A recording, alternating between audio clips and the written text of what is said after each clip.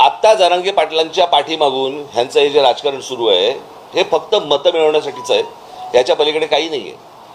तुमचं राजकारण तुम्हाला लख लाभो, माझ्या नादी लागू नका, एवढंच फक्त मला त्यांना सांगायचं आहे. माझी पोरं काय करतील ना ह्यांना कळणार पण नाही. नंतर घरी येऊन आरशापुढे पाठ बघावी लागेल आणि पोट बघावे लागेल आणि गाल पण बघावे लागतील. तर दुसऱ्याच्या जातीबद्दल द्वेष निर्माण करणं हे पवारांनी जेव्हा राष्ट्रवादी निर्माण केली त्याच्यानंतर हे सगळं सुरू झालं. आज माझ्या दौऱ्यामध्ये या लोकांनी अडथळे आणण्याचे प्रयत्न केले.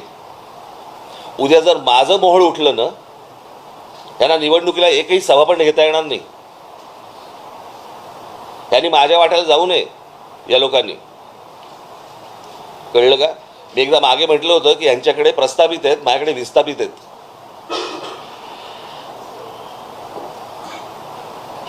यांनी माझ्या नादी लागू नये या सगळ्या गोष्टींसाठी. तुम्हाला तुमचं राजकारण करायचंय, समाजामध्ये तेढ निर्माण करून विष कालवून ह्यांना कुठचं राजकारण करायचंय? आणि ह्यांच्या राजकारणाचा बेसच हा आहे.